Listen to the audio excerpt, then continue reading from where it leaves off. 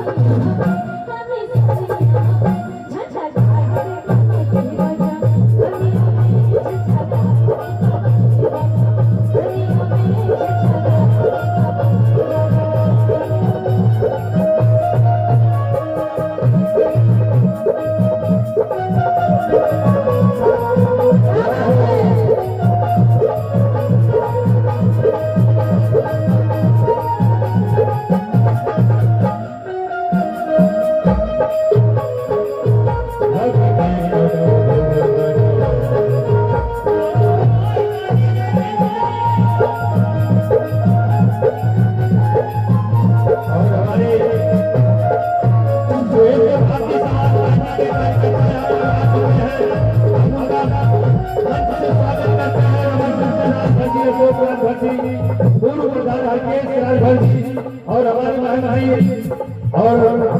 गौतम जी चाहेंगे आप सभी लोग आपका स्वागत है, मंच पर आ जाए।